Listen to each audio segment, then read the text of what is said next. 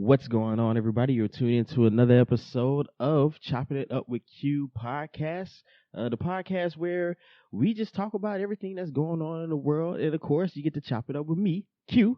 And of course, I always have my beautiful sis on the other line. I'm gonna let you introduce yourself. What's good? So B is always here as the part of the dynamic duo.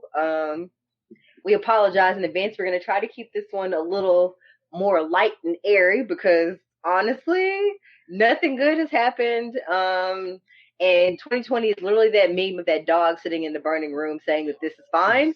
So we're just doing our best to, like, I don't know, be the chair or the thought bubble or whatever part's not on fire. We're trying to be that podcast that's not on fire in 2020.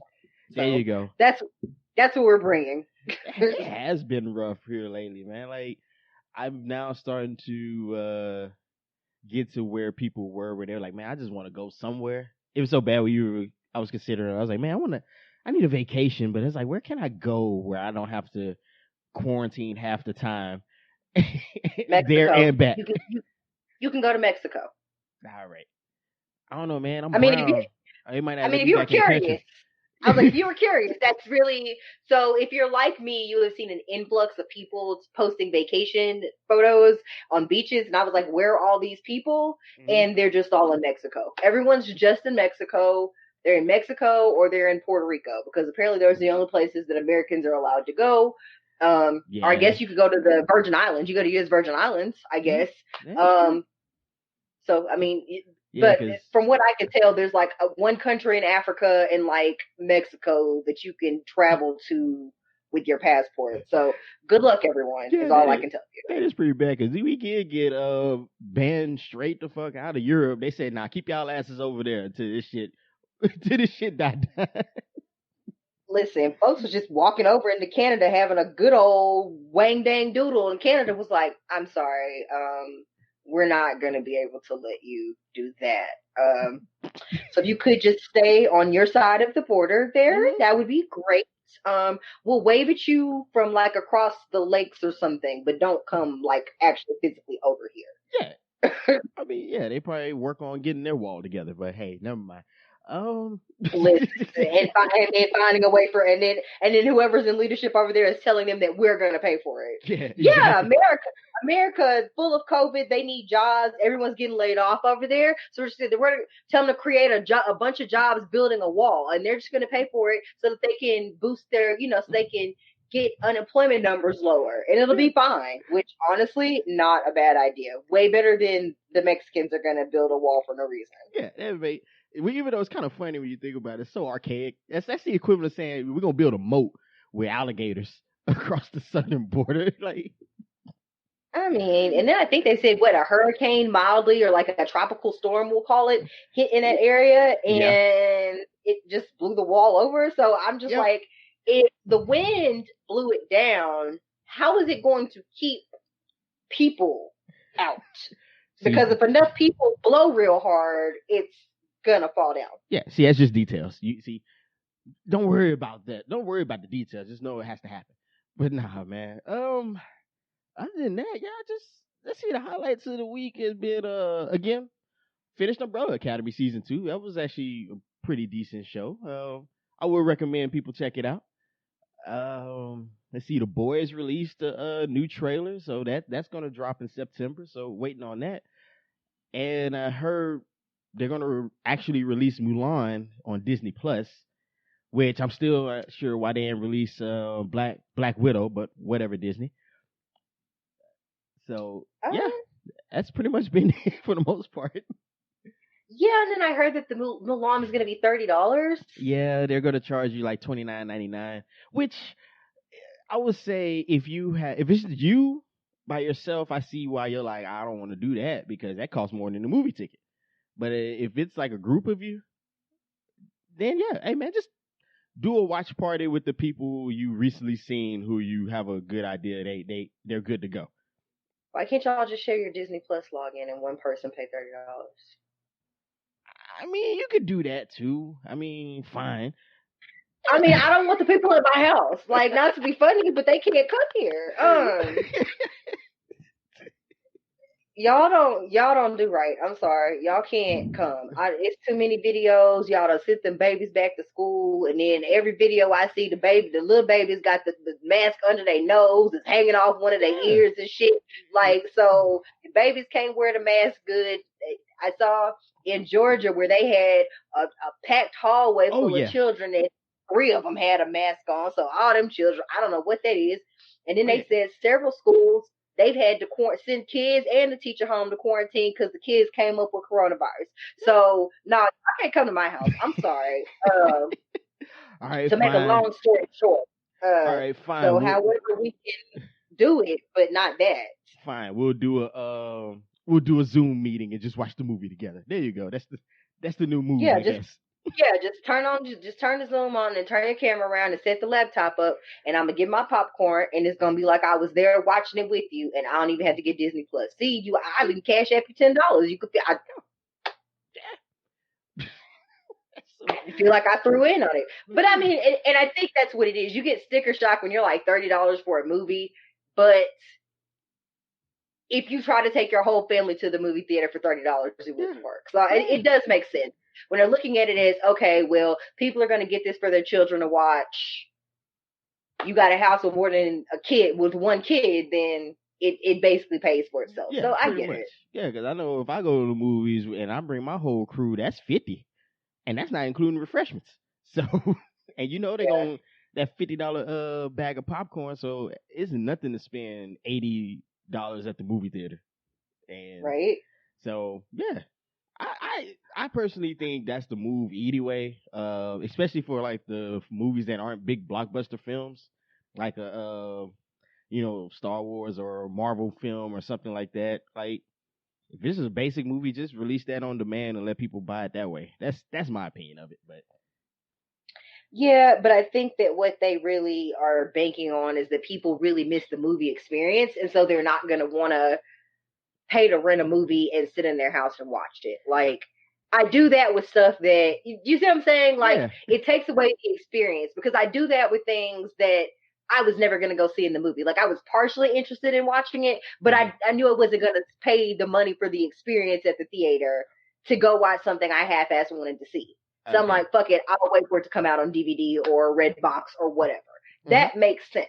Yeah. But I just don't know if they're going to be able to pull down the type of money they would if people were going to see it in the theater, like box office. Like, I don't think that they can have an expectation of making their money back that way. I mean, which is shitty, but you're going to have to check your expectations, because it's all about what's going to work, because now you're going to have those crazy folks who don't, they're willing to risk it all for anything. And yeah, they will pile up in the movies. Somebody like me, it's going to be a minute.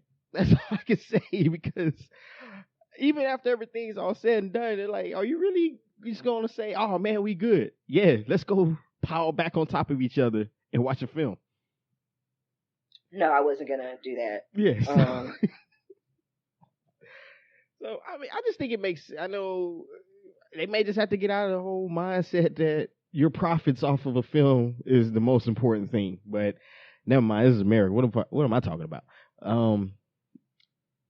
So yeah, I don't know. But I probably will check it out, even though I'm definitely tired of Disney and their remakes. But we haven't had a new film since Invisible Man that came out on demand, I think.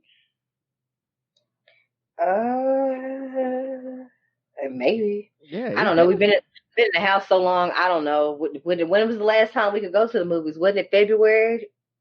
Yeah, pretty much. What came out? What was it we were talking about going to see? What was the one with Issa Rae and the black man everybody liked? What was it? The Notebook with black people? Pretty much that's what it was. The Photograph, I think, is what it was called. I was gonna say The Letter, but yeah, the Photograph. So instead of a whole notebook, she get a letter. Is that what we doing? Listen, I don't know. A photograph, a postcard, whatever the fuck it was, that came out on Valentine's Day, and I think after that shit went downhill, baby, it wasn't nothing to see. See, they should have just called it the mixtape, because that's what brothers was giving a lady back in the day. That's how we showed we cared about y'all. We'll just make you a little mixtape of random songs. Or my bad CDs. Or we had to go take those those glamour shots at the man, the photographer, when actually people actually had to go to photographers to get their pictures taken. You remember those with the sparkly backgrounds and everybody had to wear, dress the same?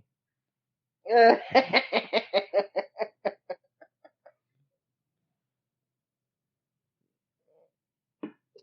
man. But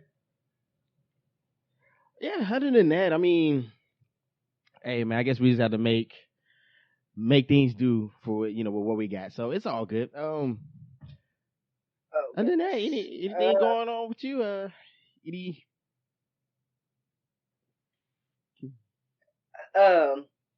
As I told Quentin off here, if I had some good news to tell him, I would have told him. But I don't have any. I'm healthy and unemployed. That's good news. There you go.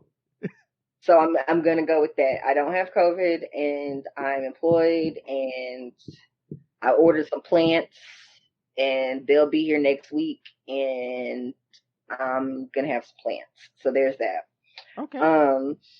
She gonna turn into a tomato lady and everything, Okay, I'm not. I got like some shit that like is drought tolerant because Mama knows she's not gonna water it. So I'm gonna just go ahead and let y'all know, like, I don't want to hear no shit. It's been a lot of tweets about, oh, everybody's a plant person now. First of all, fuck you and the door, the horse, the car, the motorcycle, the tricycle, whatever the fuck you wrote over here on.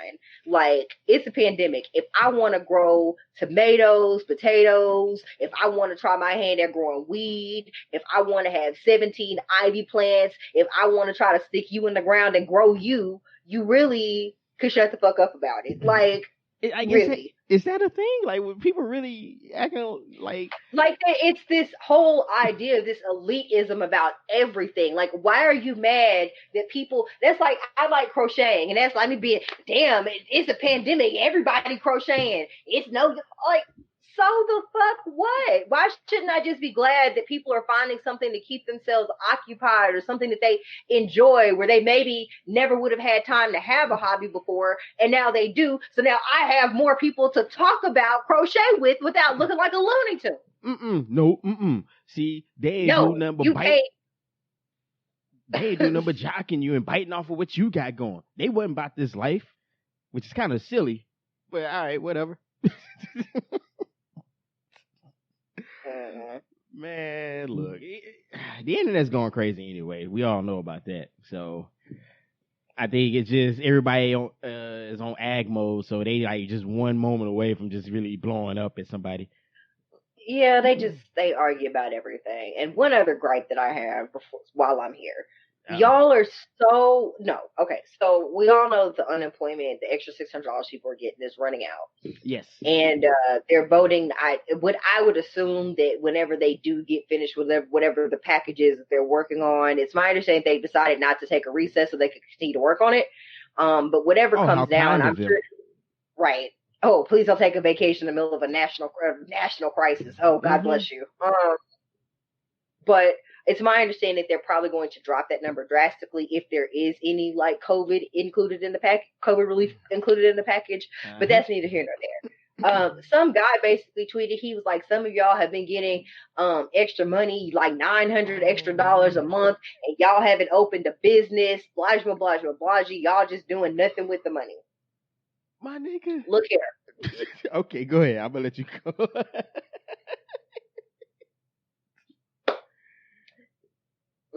I'm just clasping my hands in front of me. I'm just gonna look here. Why is there an incessant need to pocket watch people? Like, they are not looking, y'all are looking at this from the standpoint of people taking what could be basically the last of their money. And you're saying, if you don't make a business, then you just are fucking off. So basically what you're saying is, I should take all the spare money I have, dump it into a business, and hope that it works out. So then if it doesn't work out and I don't sell any products or create anything that people want to buy, then I'm just out of my money. like that's And not to mention, I still have to pay rent and bills with this money. And there are a lot of people that the amount of money that they were getting on unemployment was more money than they were making working. However, that just meant for them that they were able to then pay their bills in full and on time. Yeah. Like for a lot of them, that okay, well, normally my water bill, I pay, I get a bill, it's got 2 bills on it. I just pay whatever's past due. That meant shit. I have enough money to pay both of these bills and stay a little bit ahead. That way, when this money runs out, I don't owe these people $300 or whatever. Like they're not looking at it at a standpoint that if you didn't try to create a second stream of income, something's wrong with you. Not everybody in the world is built to have a second stream of income, because if everybody is selling something, then the market price for your things would have to be lower, the bare minimum. You wouldn't be making any money. If everyone in the world became an entrepreneur and sold something, there are only so many ideas. There are only so many things you can sell. So unless everybody then creates some brand new item, there are going to be some replicas or copycats, which means you're going to have to sell your item for less, which means you barely break even or start using cheaper stuff. And people are not thinking about that. Like, not everyone can own a business. Not everyone can be a business owner. Some people just have to go work for the business. That's how it works. But then again, if everyone owns a business, who's doing the work?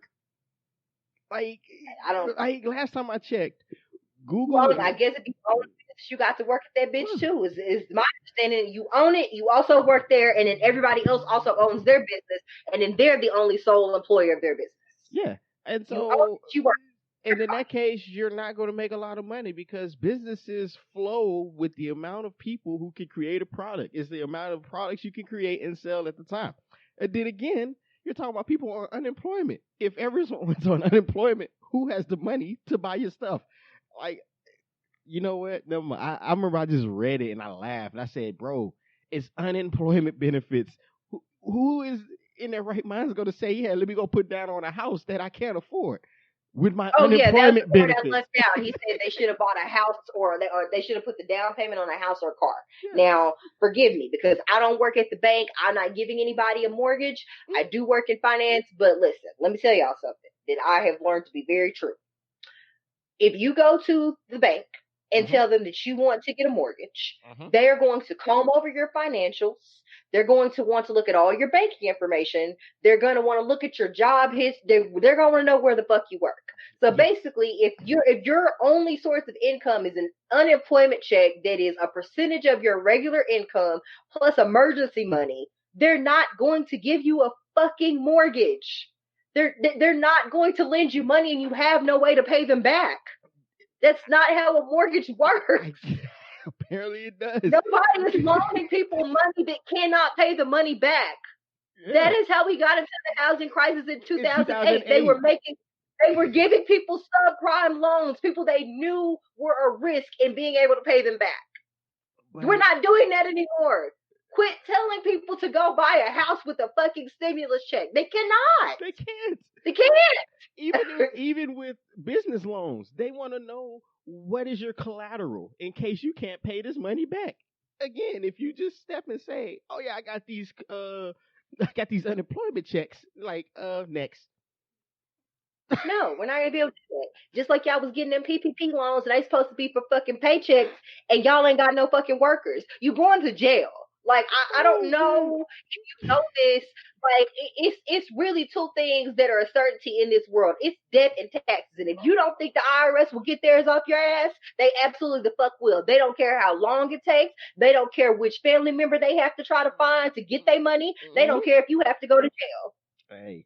If don't nobody get their money, the IRS is gonna get theirs. So you definitely cannot be out here taking out loans from the fucking government and then defrauding the government. You're going to jail. Man, you ain't got no employee, but you got a paycheck protection loan, and it's just you making fucking meatloaf plates out your house. Get the fuck out of here. Hey man, that's like, hey, they got this one dude. Anyway, yeah, let's just get into the story. Here now, we might as well. Yeah, I know. Tell us all about it. From H-Town's finest, my man. I'm not gonna put his name out there. It's already embarrassing. But my man is a quote unquote entrepreneur who spent $1.6 million in COVID relief funds on a Lambo, strip clubs, and other miscellaneous things. So my dude defrauded the government just so he could stunt for a little bit. Uh-huh. Like risking it all just so you could look fly. You know, So, does he have a business? Can we let me see. Hold up. Well, like he took apparently out? So, what he were the COVID relief funds supposed to be for? I guess would be my well question. he claimed that he had employees, and so Uh-huh. he filed the he received funds for Price Enterprise Holding Uh-huh. and another one application listed as 713 Construction. And Okay. they both stated that they had numerous employees and significant payroll expenses. Uh-huh. According to the charges, however, neither entity had employees nor pays wages consistent with the amount claimed in the loan application. So one application he filed for 900,000, and the other one he filed Uh-huh. for 700,000. But Uh-huh. saying that it's a business that pays people, but ain't no people to pay. So yeah, there you go. And that is why I said y'all are going to jail. You're going to fucking jail. Also, if you got a loan and then you started the business after you got the loan, you also going to jail. Yes, that's still fraud. Like that's still fraud. They gonna want their money back. And then additionally, when you open a business and you get loans from the government, they expect to see some tax returns. They Yep. expect to see tax returns and financials. And when you don't have any, you're also going to jail. I cannot stress that to you enough. You cannot represent yourself as a business and get a government loan as a business and then not have any of the things that a business has, like employees and fucking taxes. Man, it's rough out. But for the A reasoning though, Lamborghini, a a Lambo. Lamborghini in the street.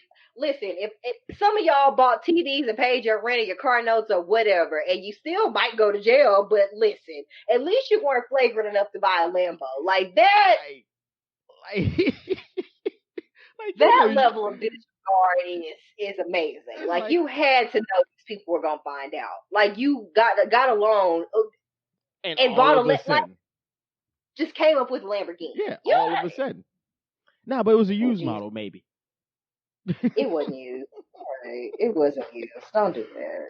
No, That I'm just. man went out and spent y'all COVID relief money. And all jokes aside about y'all going to jail or whatever, the sad part of that is there were struggling businesses owned by black and brown people, and there we've already seen the complaints roll in that a lot of people that would have really benefited from these COVID relief grants and loans and stuff weren't approved for them. People that had actual businesses. So how is it that these people who are making up fraudulent businesses and all this other shit are able to just get these loans for thousands of dollars when there are people realistically with smaller businesses who probably weren't even asking for half of that? Yep. Like But these people weren't asking for $700,000 to keep their business afloat. They were asking for more like 100,000 or 50,000. yeah. We're talking about people that were asking for realistic amounts of money that still got denied, and these people are getting millions of dollars. Well, that also goes into how the whole situation was set up. I mean, we created the idea of PPP loans, but then we gave the banks, private entities, the permission basically to manage those funds. And there was people who got turned away because they weren't customers of that bank. Then they were telling them, well, you have to. They made up like other criteria that was not initially laid out within the meeting the criteria for these loans, but then these banks created their own criteria that they wanted you to meet so they can then drive business. And it wasn't about help getting the money to the people who need it. It was about creating revenue and a customer. And so that was another issue we ran into. So now there goes reason number 755 on why the private market isn't always more efficient. But anyways, continue. Facts, facts. The flavor, the realness. Just give me realness teas. Let's Now, see. but you know the reason, I will say this. You want to know the reason he really did that? Because dudes ain't buying Lambos for no reason. He was trying to get draws. It had to be. That's the only reason he did it. His dream car is a Lamborghini. Who knows? But I throwing don't money at know. the strip though? Come on now, we know why you did that. Well, all right. So to switch gears to somebody who can't afford a Lamborghini without the government's money, Dwayne the Rock Johnson gave 15 million of them things to purchase the XFL. Yeah. So that was So that's gonna be it. I wonder what the plan is moving forward with it. I know historically a lot of football companies haven't been able to go against the NFL. So I wonder if they're gonna take like a different approach to this, make it kind of like a semi-pro league for, or not even, maybe more of a development league for the NFL. I know there's some contractual issues with that because player health and all these things, but I don't know. It'd be interesting to see how it works out. well, I mean, I think if you put the 15 million into it, you buy it because I believe what Vince McMahon had bought it right originally, Well, and they had he created he had it originally. right, and then they were supposed to have their inaugural season was 2020, and then they weren't able to play because of COVID. So I believe they filed for bankruptcy protection, and we're about to sell assets at this point that they purchased it. So I think it puts them in a unique position because they're able to, now that they own it, but there's not really any expectation of them having to roll out a product this year. It kind of gives them time to go back to the drawing board, see what things worked and what didn't, and then kind of put out a more polished product going forward. Is my hope. Yeah. Because you purchased it now. Like, you obviously can't expect to see a return on your investment knowing that we're in the middle of a global pandemic. So they can't be like, oh, we're going to start playing football next month. Man, look, you know what? They keep trying to push NFL to start, and there's been a lot of players to opt out. So I don't think they've The Rock opted would, out, but then they've had people. Then every time you look up, they got the people on the COVID roster, COVID injured reserve. Like, every time you look up, it's 8 or 9 more people on there. So I don't know how that's supposed to work. Eventually, you're gonna run out of people to put on the goddamn team. Like, hey man, they're gonna have to put us in there.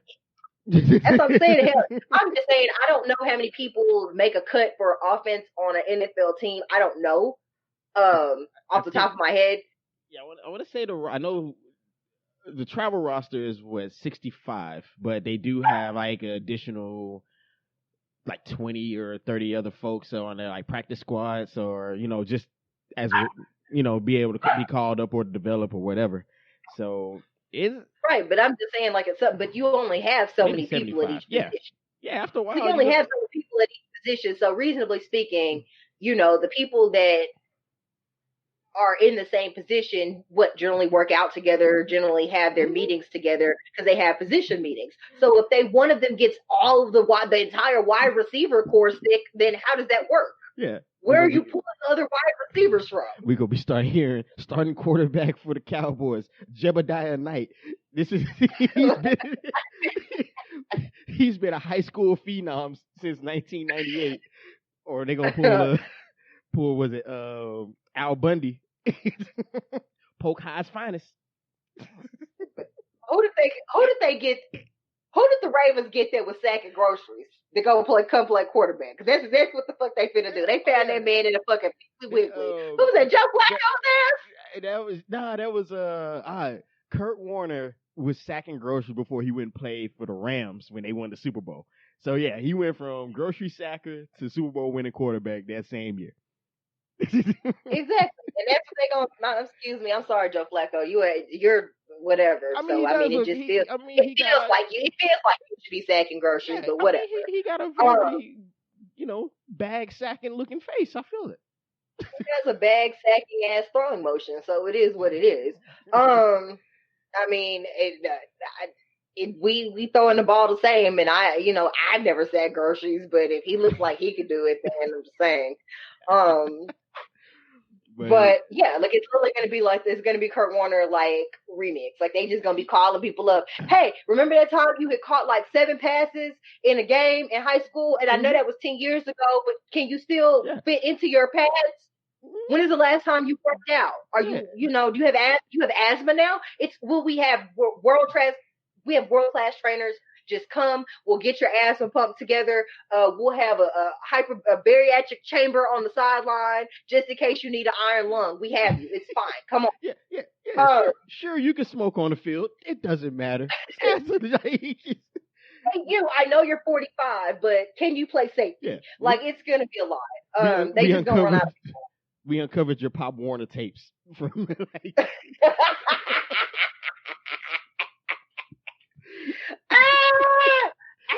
It's gonna be rough, man. Because the problem with Remember that time? Remember that time you tackled in your form was like really poor, but you knocked that guy unconscious. We'll take it. Come on. yeah, that's fine. But nah, it's like I know the NBA they've been having it. Some people who haven't been playing, I know it's just gonna be interesting because like you have no choice but to be close to people. Like there's no way you can do any protective measures except keeping the general public out. So and then football, you're on top of each other like every play. So that's gonna be interesting to see how it works out. So. But yeah, man, I'm also interested to see how this XFL goes. The Rock having his football ties and things like that. So it's gonna be interesting to see how it plays out. Yeah, I just I just am hoping that it goes well because I mean I think they had a couple of they were playing and they said that the games had a good viewership or whatever and it declined some, but we'll see. Uh,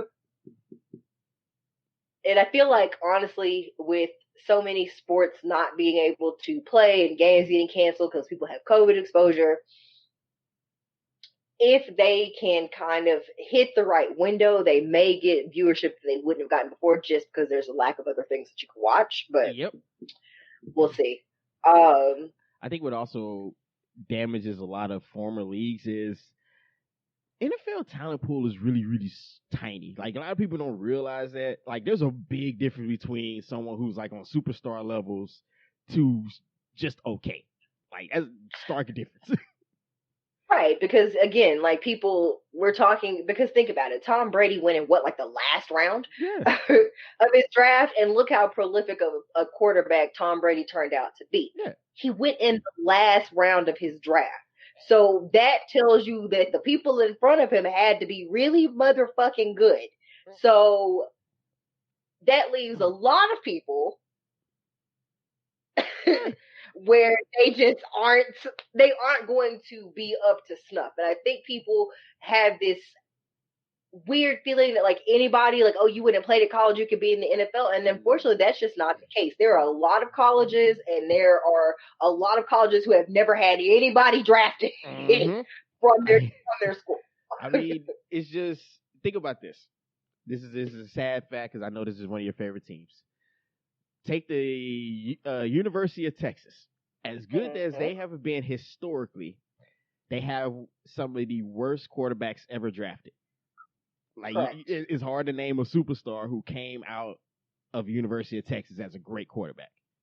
There aren't any. Yeah, and so it's just again, talent pools are different. There's a big difference between being a professional and semi-pro or amateur, which college sports are professionals. I don't want to hear that shit. But anyways, well, I mean, yeah, like there's a difference in talent pool, but there's also a difference in being able to fit well into a system, right? Because we see that even at the professional level, you have quarterbacks or receivers or running backs who play really, really well for a certain team or coach and then get traded or sent somewhere else and then we never hear from them again. And it is just simply because some players fit into a system and work well in that system, and outside of that they just aren't going to do well. Yeah, this is why I tell everybody never trade with Bill Belichick. Because if he's trading him, he's garbage now. He don't and he's not gonna play well for anybody. Historically, that's what happens. But hey, we'll see with Tommy B. We'll see what he does. And I agree with you because I think what we see a lot of is people go to play for Bill Belichick and the Patriots because he sees something in them that he feels he can put into his system and it will work well for what he has going on with the Patriots. Not because he feels like you see what I'm saying? It's just he sees something that fits well into a system that he's created. That very rarely is going to translate to that person being shipped out somewhere else and it working well. Yeah. So that's why I always laugh when anybody who says this person's a system this. I was like, okay, yeah, you never played a sport and you don't understand how the sports work. I get it. Just say that. But yeah, that's why it's fun talking to quote unquote layman's.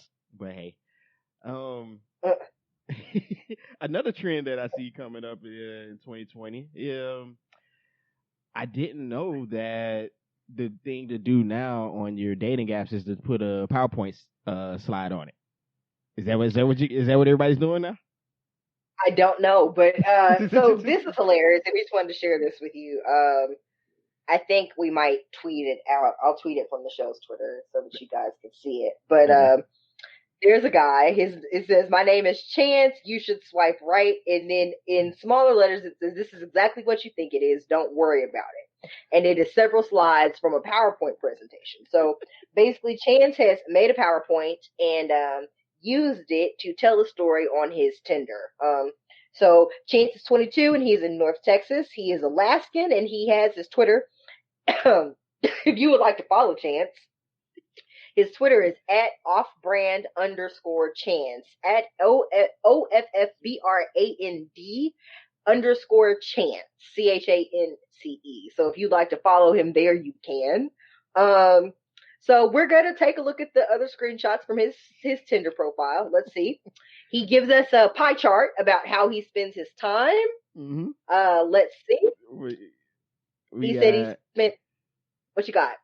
So we got whiskey, 32%, crying, 27.7%. Okay, me too so far. Yeah. What's that say? Existential crisis, 8.8%. I mean, okay, so far so good, yeah, because we're all in an existential crisis right now. Sure. Is that pot sounds? Is that what this is? Pet sounds, 16.1%. So he's making sounds that pets make. Okay, interesting. Yeah. And does he have a pet? I don't know. We have to keep scrolling. And looking at this chart, 14%. So there you go. Oh, I mean, okay, sure. What else has he given us besides this nifty pie chart? This is a funny part. So he does a rundown of, about himself. Number one, this is most important because it's number one. He's not an axe murderer.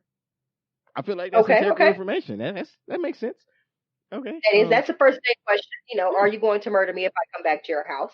Number two, he owns a Netflix, Hulu, and the HBO account. So then you have things to watch when you go to his house. He doesn't have to log into your accounts. Okay. That's right. Good. Then another thing, he's next is 1,000% a better chef than you. So, hey, man, ladies say they like a man who can cook. I feel that. Or dudes, hey, I'm sure people in general like someone who can cook. So, dudes, shoot your shot. Ladies, shoot your shot. At least you'll be fed. This is true.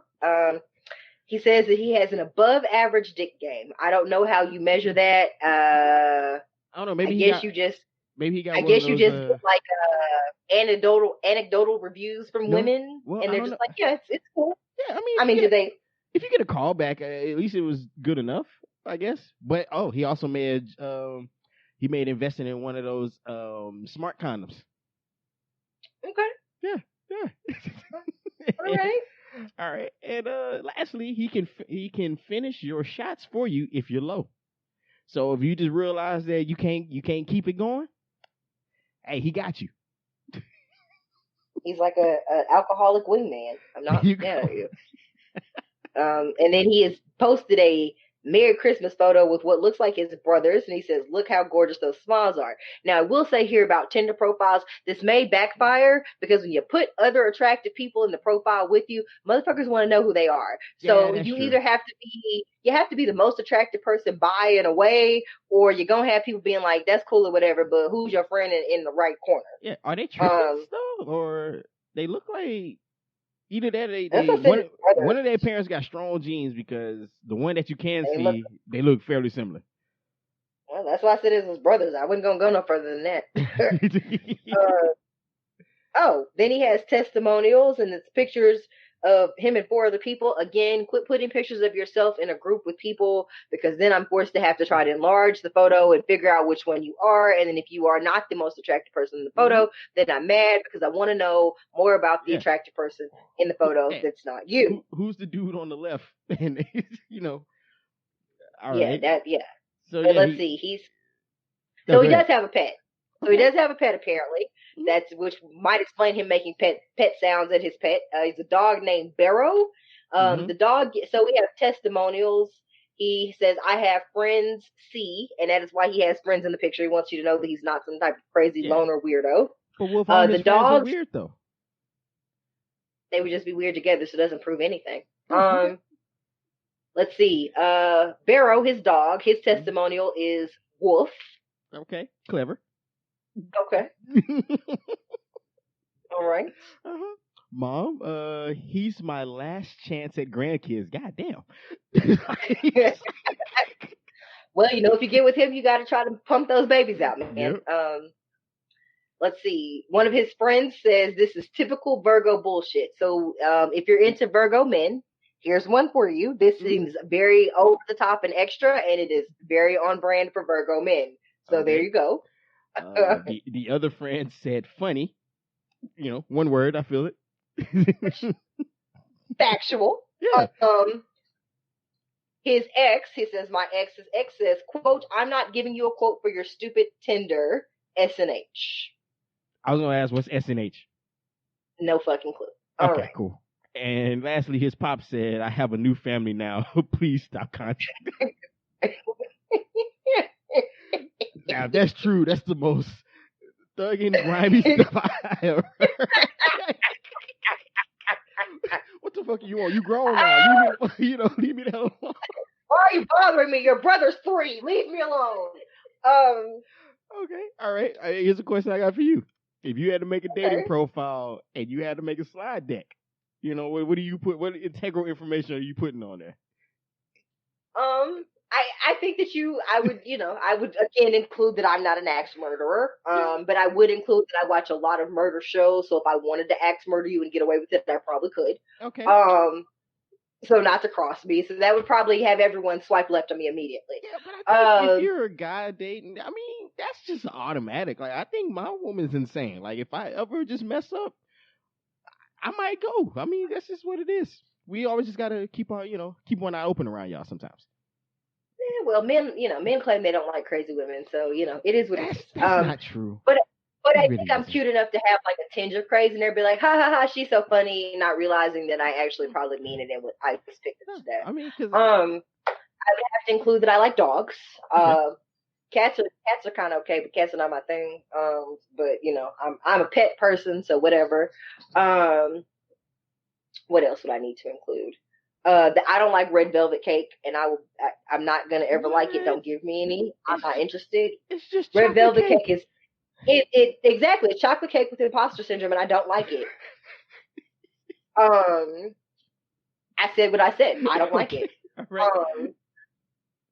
Let's see what else. I would have to include that my love language is acts of service. Like, if you're not going to clean up after yourself, like, please don't be off for 3 days and then I have to walk in the house and your drawers are on my couch. Like, I would be very mad. That's just decorations. I would burn everything down. There's just that. What else is there? I would tell people that I'm employed because that's important.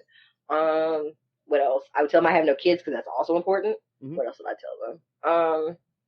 I'll tell them that I like to eat, so I hope they can cook. And don't be asking me, "Oh, can you cook me a meal?" Because no, I can't, bitch. I can't cook you a meal. You're grown. Cook your own meals. That ain't just rude. Well, I feel like you just kind of have to put your personality forward. And people say put your best foot forward, but why would I want to fake the funk? I'm 34 years old. Like, why would I want to fake with you that I want to cook a meal every night when I know I don't want to? They say also want them to know I drink heavily. I mean, I get you not to now. Hey. Drink them to pain, huh? Sometimes I have a shower beer. Sometimes I have a morning beer. Sometimes an afternoon beer. Yeah. Sometimes a midday beer, like a supper beer, a dinner beer. I have definitely really been just trying, yeah. I have definitely been trying all types of local beer because why not? It's time to experiment. Yeah. So there's that. I would probably also I don't know that I would have a pie chart. I would probably have pictures of things that I want, and I'd be like, I need you to buy me two things off this list at some point. Thank you so much, because Jesus loves you and so do I. I would explicitly tell them that I don't like roses. Flowers are cool, but just get me anything that's not a rose. Like, that's so unoriginal. You went in there and said, hey, give me roses because that's the only flower you know. I need you to do something else. Yeah, just bring her some sunflowers or something. That's fine.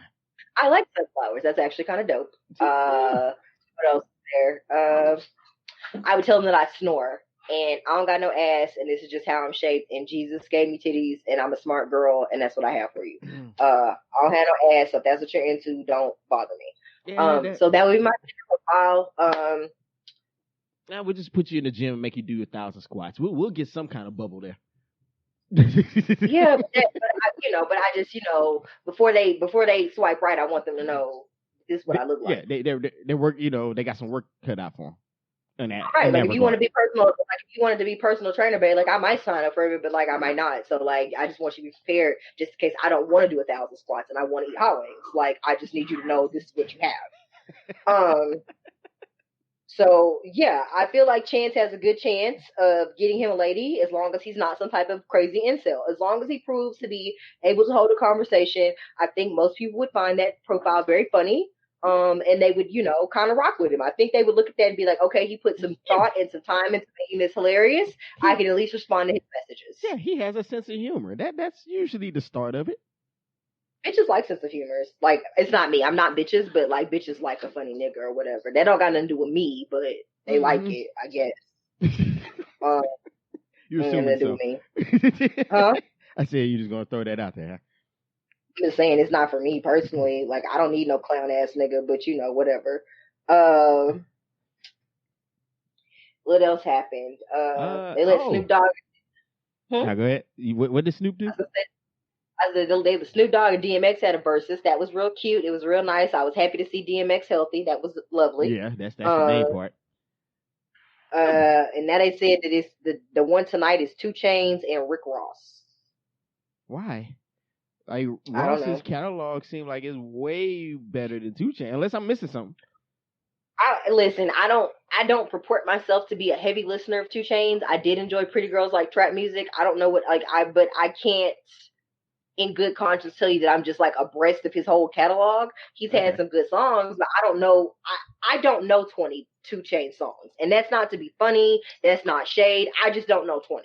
Yeah, so that's fair. I don't either. So if they doing 20 songs, like is he gonna do 20 songs that people know and maybe I just didn't know they were 2 Chainz, or is it gonna be 10 songs and the other 10 I'm like, eh. But I noticed that they do a lot of features and shit too. So if he does stuff that he was featured on and plays it, then I guess I could see 20. That's fair. Yeah. So I mean, I guess that I don't know. We're gonna see. So y'all let me know how it turns out just in case I fall into like a taco spiral and don't turn it on. Yeah, man. I wonder what would be a good versus to see. I don't know. I'm tired. Whoever. Yeah. I mean, it's all we can do, virtual concerts and all that stuff. That's going to have to just be it for right now. But I did find something that was interesting that I wanted to kind of cover. Since I've been on the dating game for a while, I always come to V for all the dating questions. Like, is this what's new now? And so apparently multiple questions or multiple even posts. The first one goes with, how long do you got to date someone before you go on a vacation with them? Which I think is interesting. While like, as long as it takes, like, what's the rush? But that's my.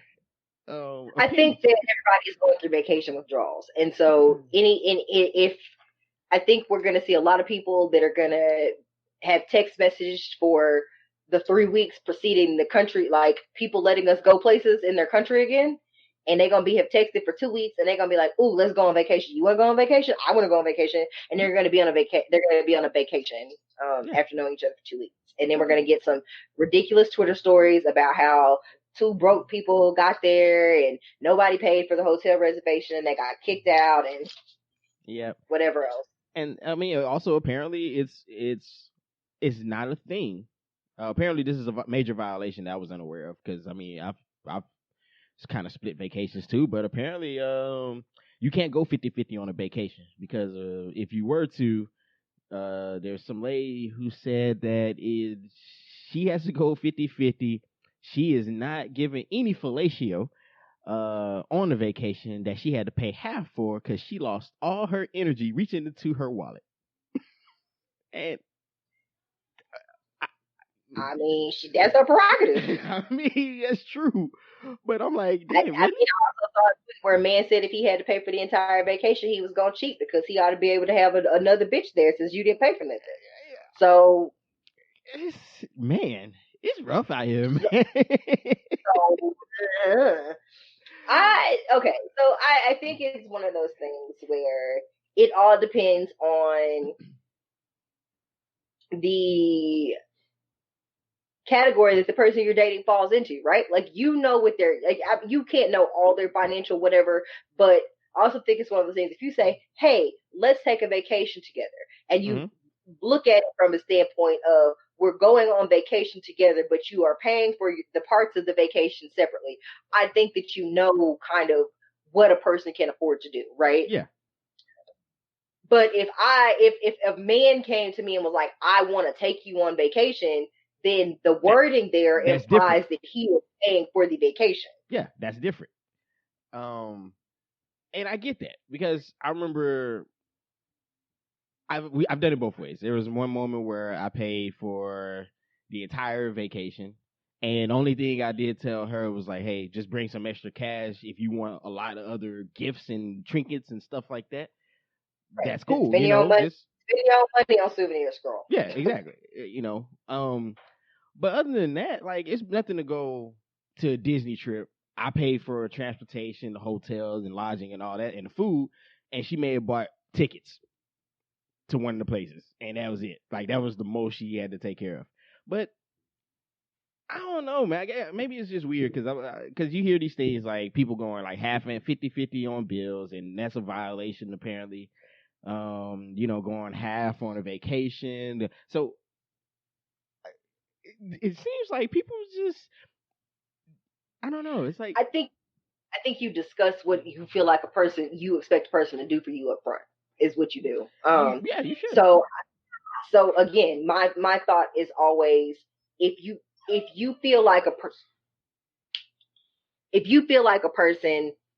you as a person, you need someone who is going to pay for all these things, and then your mind, that is what your man's contribution to your relationship is, then you need to find the type of man that will do that thing. But I also think what happens is people are insulted when you will not lower your standards or will not go outside of what it is what your expectations are for them.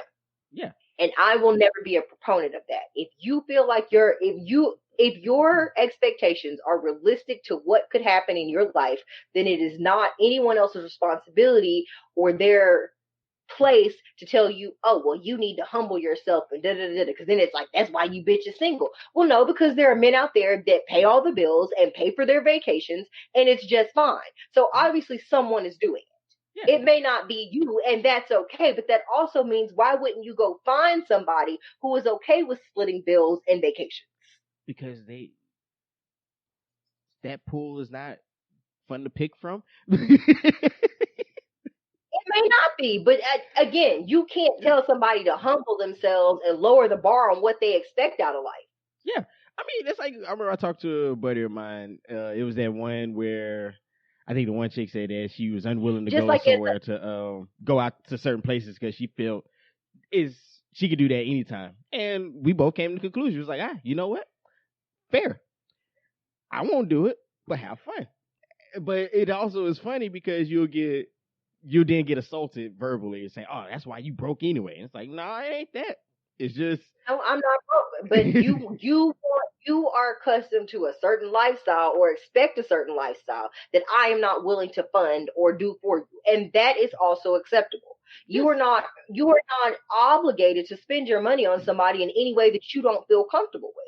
So it works in both ways. Like, you don't go run down some bitch that wants to eat at Benihana or Ruth's Chris every day or whatever expensive whatever. Don't run down some girl that wants to eat, lobster every day and shop at Gucci every day and then tell her, well, you got to lower your standards. I'm not taking you to Gucci, and I'm not buying you no lobster. Why would she do that when somebody obviously has bought her some Gucci and some lobster? Like, it just don't date her. Yeah, they got suckers out there every day who willing to do it. B. Exactly. So, So it just don't have to be you. If you don't want to do it, cool. Keep your money. Spend your money on somebody who might be cool with you buying them a lobster dinner on your anniversary, and don't need Gucci. Like, you need to find the person that makes you happy or whatever. And again, I think it also falls into this idea of men being financial providers and not providing in any other meaningful way. So we always have these conversations about what people bring to the table. And what happens is a lot of times men get pigeonholed into this idea of, well, you're not a provider if you're not providing monetarily. Yes. Well, what that sounds like to me is that there needs to be a focus on finding other ways that men are able to provide. So as a man, if you wrap your identity up in your ability to provide, then that's on you, and that's something you need to unlearn. But also, the people around you need to be able to see what other contributions you have besides them being monetary. Yeah, and I have actually brought that up quite a few times in the past, because I said, if you really sat down and think about it, what do you remember your father for exactly? Like, most men are told, either you have to provide financial means or you're not a real man. And that's it. And especially now in this economy where, hey, most of the time, all you can get is a minimum wage ass job, because, I'm not going to get into that spiel. That's a whole nother episode by itself. However, even if you're doing the best you can, it's just not good enough. So therefore, you're still less of a man. So you're kind of just stuck. And you're like, well, okay, well, fine.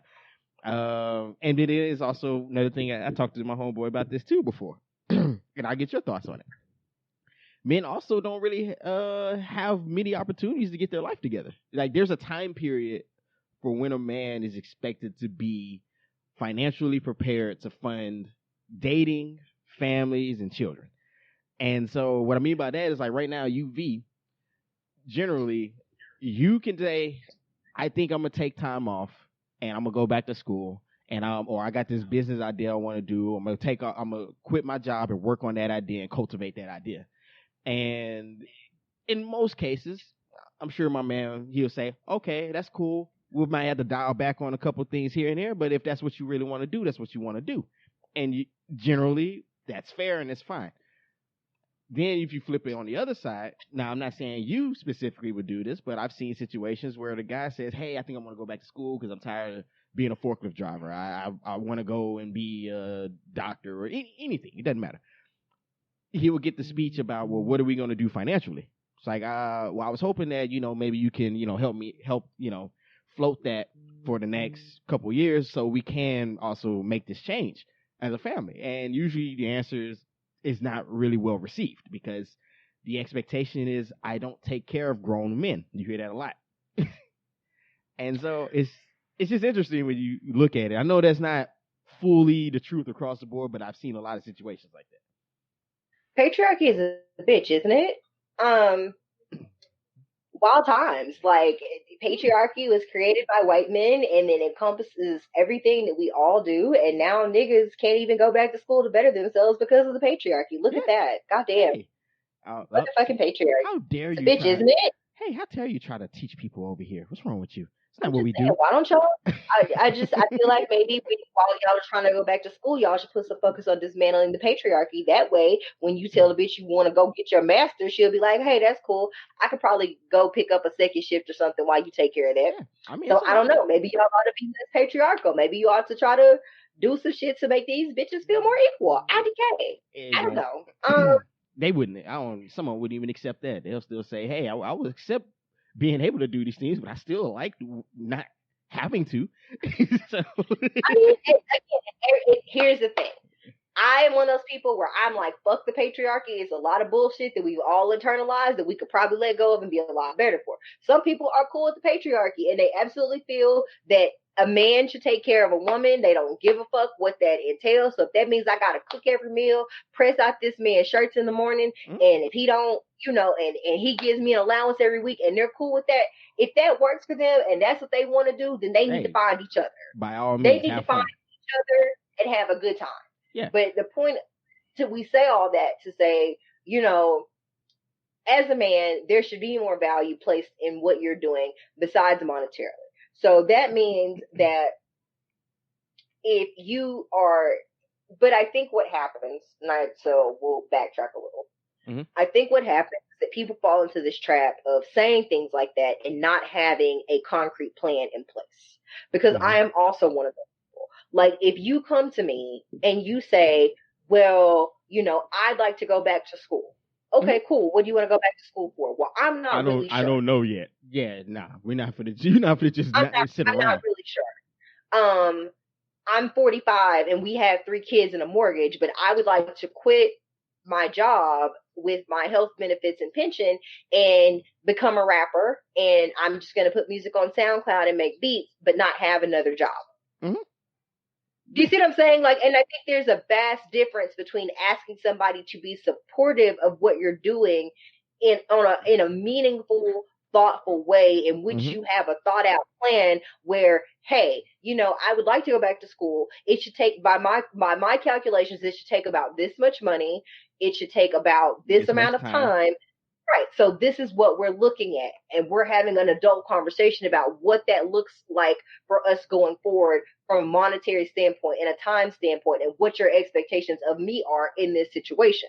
Because at some point there has to be a trade-off, right? If I'm okay with that, then that means you have more time available to do things like childcare and home maintenance and cleaning and cooking, because you're no longer the person doing the primary breadwinning. Which, not to say that those events can't be shared, but when one person is working outside of the home more, then the other person should take on a little bit more responsibility. And I mean, that's just an even trade-off. And you would think, but when you look at statistics, women who report marital satisfaction, their marital dissatisfaction, in 60% of the cases, it's because they feel like the workload is not even. Yes. They're talking about child rearing and things that they have to do after they come home from their job where they also worked 8 hours outside of the home. Yeah. So, and I'll say that too. Like that's bull. Like, even if you say you cover all the bills, and that's fair, but you, in any other situation, you'll have to clean up after yourself, even if she wasn't there. I'm not. That's just something that should be done as an adult, but I guess that makes too much sense to a lot of people. This is also, brings up issues on why, hey, you know what? We got to rethink our economic system. Obviously, capitalism ain't really helping too many folks.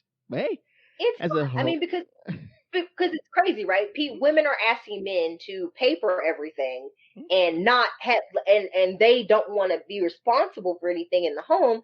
But statistically speaking, most households need 2 incomes to be able to survive. Yeah. It made sense if you're going to the 1950s and 40s when you could survive off of somebody being the local garbage man. Like, I laughed at this last time I rewatched Married with Children, and I said, even though Al Bundy was an asshole and he was stretched, the man still owned a home, working as a shoe salesman. Like, you go back to all those old sitcoms. Most of the people were regular blue collar people, and they could own stuff. And so you think about that realistically. There's no way I could go work at Cavender's Boot City and fucking own a home. Not unless my parents were gonna gift me, because apparently that's a thing that people with money do. They gift their children the money for down payments or whatever, so that they're able to afford homes. So, which a lot of that money came from the housing acts in the early during Reconstruction time, that a lot of us were kind of barred from being able to participate. And so they bought homes for like $8,000-$9,000, and those homes are now worth like $200,000 to $300-something thousand. So yeah, just do the quick math, and you'll see the equity. But anyways, continue. Yeah, we get a conversation about redlining and the use of the GI Bill post World War II, and the ways that Black people were kept out of home ownership. But that again is a conversation for a completely different day. If you do not have any knowledge about redlining and the ways in which it affects Black people today, I strongly suggest you do some reading. It is fascinating. I don't normally plug other shows, but there is a show that used to come on True TV called Adam Ruins Everything, I do and remember that. Yeah. they do a very a very good job of kind of exploring white guilt and some other things in an episode. And they have a very succinct but very well thought out, put together discussion on redlining. So Yeah, and if you're a reader, look up the color of I want to say the color of money, and I believe that discusses the redlining and all that stuff that went on during that point in time in FHA history, so on and so forth. So yeah, take a look at all that stuff. Fun times. See, you can learn here too sometimes. We know things. Sometimes we know a little something. You can learn something while you're here, while getting your laughs. But we say all this to say that if you want to go on vacation with somebody, just go. Here's the thing. I remember maybe a year ago we had a show and we talked about people going on vacation ships. That was the new thing, right? Where they have regular lives, right? They have regular lives that they lead separately, and they basically just get together and hook up on vacation, like they're boyfriend and girlfriend on vacation, but not when they leave vacation. Yeah. So by that logic, you ought to be able to go on a vacation whenever the fuck you want to. You meet somebody tomorrow and y'all want to go on a split a vacation, go for it. Why not? Yeah, just take her to Chilligan's Island. Okay, well maybe not. But just collect the box tops and you good. Don't take them there. That's not a dog. It's not a dog. That ain't no damn puppy. I'm rewatching. I actually bought that season too, like all of them, box collection. And I was like, you know what?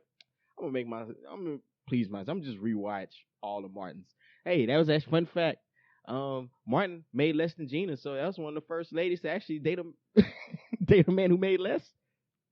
I guess that's very valid point. They made it work, so I guess it can work for anybody. Gina Leslie had a whole master's degree, and Martin was barely out of high school. Hey, it is what it is sometimes. They loved each other, man. Yeah. Which is funny. So one last thing before we go. So Netflix, looks like they probably bought either UPN or TV One property. So there are some shows coming to Netflix. They are kind of right. They are staggering their release. So I believe they got Moesha. They got Half and Half. They got Girlfriends. I believe they got The Game. Oh wow. Okay. and maybe One on One. The first 3 seasons of The Games. The one that aired on UPN, not the beat. The CW one. Or CW, yeah.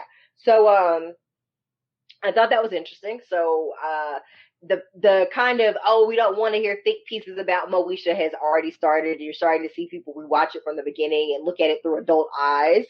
Mm-hmm. And I think it is just hilarious. So I just want to remind you guys is that the thing about nostalgia is that we love it because it exists to us and the feelings that it exuded or the feelings that it elicited at that point in our lives. Because even with music, you can look back at a song that you loved, and when you really listen to the lyrics, you're like, okay, this is terrible. You're like, what did why did I like this so much? But it exudes a feeling and a familiarness when you hear it. Mm-hmm. And that is the same thing for watching Moesha. And so I want to be clear that there is a vast difference between watching something and realizing through an adult lens, hey, some of this shit is fucked up. Some of it is problematic. Some of these things would not fly. Of course. Or be right. And I think you can look at anything and make that argument. I don't think that it has to be like you're being a hater or you want to dismantle Moesha. I think you just look at it from an adult and you realize that there are some serious issues and some problems with the whole situation. Like looking at like I pointed out to somebody, like Moesha was probably like the least likable character on that entire fucking show besides her dad. Like Frank was an asshole and Moesha was an asshole too. And as a kid, she was an asshole when I was a kid, and she's an asshole now. Yeah. So if you looked at Moesha and felt like she was supposed to be a role model, like she was a 15-year-old spoiled brat, like whatever. Yeah. Like that's right. She was a middle class kid who grew up with most things, and I remember she threw a fit because Frank didn't buy her the type of car she wanted. Not the fact that she was going to get a car; he didn't buy the one that she wanted. But that's most of those. I mean, think about it again. Martin is a horrible friend. No one will be friends with this guy. It's like, right, but it doesn't make it not funny. It doesn't make it not enjoyable. You can look at it through the lens of examining issues that are a part of the show and not, you know, like with Girlfriends. What I can't think of which one it was, but Which one? used to get the kids. She used to get the kid's name wrong. The baby's name was Jabari, and she called him everything but you Jabari talking the entire about?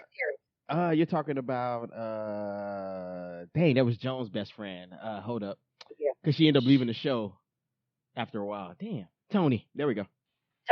Yeah, she called that baby everything but a child of God. That child was never Jabari. And when you think about it, what type of shitty ass friend would just not know their other friend's child's name and call them just all like she called that baby like Jeep Cherokee one time. Like it wasn't even like names. Like she was calling him inanimate objects. So my point is that and granted, it is hilarious. It is a running bit and it is the funniest shit. Even now, when I think about it, some of those names were really fucking funny. But when you think about it from the lens of what kind of friend would do that, you're like, God, that is kind of fucked up. Just like with Moesha, they used to make fat jokes about Countess Vaughn all the time, and she wasn't even that big. Nah, not at that time. No, and I was like, so it's just you can view things from a lens of them being problematic and still enjoy the show. Moesha, I'm sure, is still a watchable show. It's still, you know, some of it still is resonates. It still gives you that sense of nostalgia, but you can still look back and be like, that probably is really fucked up for other people to see that, and they're making fun of that girl being fat, and you're like, I'm that size. Am I fat too? Like, Martin, a lot of people brought up colorism because Martin was dating Gina, was nice to Gina, but always talked bad about Pam, who happened to be a brown skinned woman. So they bring that up. If you talk about, oh yeah, you could bring that up. Let's see, living single. I'm sure there's a lot of issues with that one too. I mean, there's issues with the game, definitely. You know, if you just look at Malik Wright, that's all you need to talk about. I will say that I thought when it came to like the living single, like the jokes there were, they were very 90, but Definitely. even upon like second watch, like they constantly made a joke about Regine kind of being a hoe. So they Pretty weren't much, really yeah. very like they weren't really sex positive in that light. But I think for what it was, it had a good mix of characters. They had different types of jobs. You saw somebody that was in ownership of their own business. You saw people that were a white lawyer. collar. Right. We had people that were the handyman. So we saw a lot of different things within that show that we may not have been able to see anywhere else. So I thought that Live It Single is one, honestly, that held up very well considering. Yeah.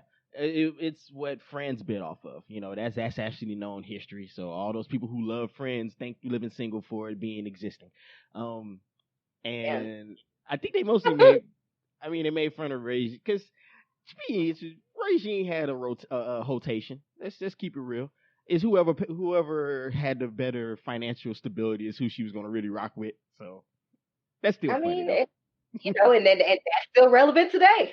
So exactly. So it's not like she was far off base. So I think they just gave her a lot of flack, you know, and it probably wasn't necessary. But for all intents and purposes, it is a show that held up pretty damn well. Yeah, definitely. Especially compared to others. You know? Right. So here's say, listen, because I will always say, and in my heart of hearts, I don't care how much y'all like Steve Urkel, Family Matters was awful. Family Matters was awful. Horrible. Bottom tier black show. If that was, I remember it used to come on TGIF and I would cut the goddamn TV off to something else as soon as that little shit flashed up there. I didn't give a fuck about none of that. Laura was an awful raggedy bitch. Like the daddy was Eddie was an asshole. The all that was a mess. I guess they murdered what's her name because she just walked upstairs and never came back. They didn't try to explain where she went either. So poor Jamie. Poor Jamie Foxworth. They were like, fucking her bye. Yeah, pretty much. Like, you know what? This ain't gonna work no more. You don't have to come back. No explanation whatsoever. And that was the funny part. They were like, they didn't even explain where she went. Nothing. They just like, yep, she's not here. Like, you know, yeah, normally when a character leaves, they make like a funny joke or they write them out and kind of mention it in passing so you at least know what happened. She didn't go to boarding school. They didn't say that she moved to somewhere to live with an uncle or nothing. Just boom. Yep. So whatever. Yeah, that was one of the ones where you're like, nah. I to this day I'd never rewatch Family Matters because it just wasn't a good show. It was very poor character development and it was poorly written. Like I just think they would save that. They didn't try, honestly. But But yeah, man. Speaking of that, man, I'm about to just. That's what I'm gonna do. A marathon Martin tonight. That's what we doing. So. Sounds good to me. Well, I think that's enough for today. I think we've Oh, covered. oh Unless you got yeah. something else you want to discuss Nah, with the people. nah, that's about it. Vacation where you can. Just pick the right partner. If somebody gonna fund you or my bad, sponsor your trip, have fun, fellas. If you If can not, get it, pay half and enjoy yourself anyway. there you go. And fellas, hey, If look, not, and if nothing else, if you go on a vacation and you split it, then if some shit goes awry or you end up deciding that that's not the bay for you, you still have a hotel and you still got airfare and you're not depending on somebody else. there you go. See, that's a benefit to everything.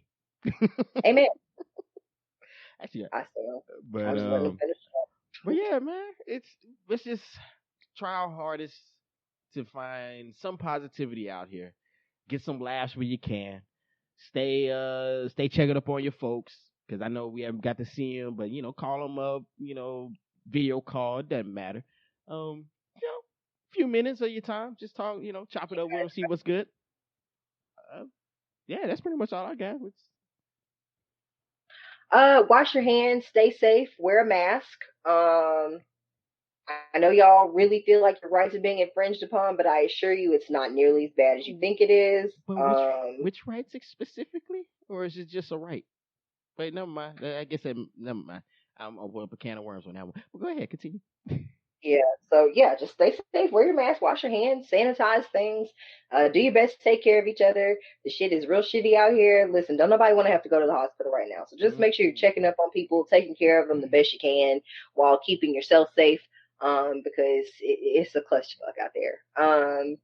Quentin, where can the people find you? Oh man, I have kind of reappeared somewhere back on Twitter, but I am still at. Wait, hold on. Did I change my at name? Let me make sure. Double check. It's been no. I'm still at underscore Q underscore the underscore great on Twitter, but on Instagram I'm just at Q underscore simp. You can check me out there. You can also check out the podcast at most places where you can find dope pods. Other than that, the show's Twitter is at. Hold up. I should have all the stuff pulled up. I swear I'm somewhat professional at times. All right, we are at. My phone acting slow. All right, at chopping no G it up underscore pod. So all your comments, questions, if you just wanted to strike up a convo or anything like that, hit us up there, or you can also hit us up individually. V, you want to give out your stuff?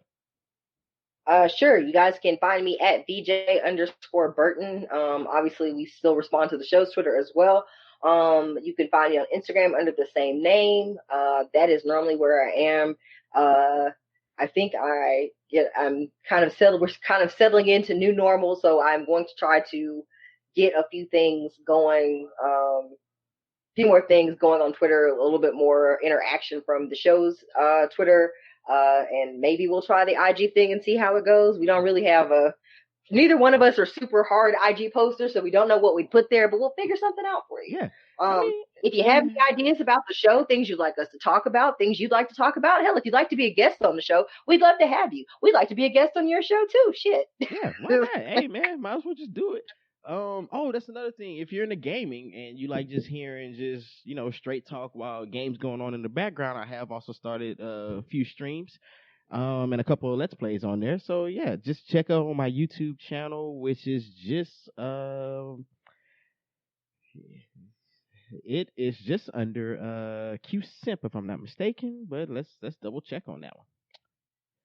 Mm-hmm. I don't game, but you guys should totally go check out his streams. Yeah. Yeah, Q Simp 05 is what it'll be under. Yes, go check out his streams and then tell me about them. So yeah, other than that, of course, always fun to talk to family. Haven't got to see her in a while. That's my fault this last time, so it's fine. I'll accept that. But yeah, it's been a pleasure. I appreciate you. Well, we thank all of you for listening to us, rocking with us. So new listeners, welcome. Old listeners, thank you for coming back. If you guys could, if you have time, leave us a 5-star review on iTunes. Rate, subscribe. We like those things. We like you. So just keep talking and we'll keep pumping out the content and hopefully we can do some bigger and better things here going to the second half of this year. Yeah, eventually we may be able to get some video type stuff set up, but I'm gonna talk to her about it. She gotta have her face and Right. everything put on, but it's all good. But nah, man. Other than that, man, we appreciate y'all. We up out. Later.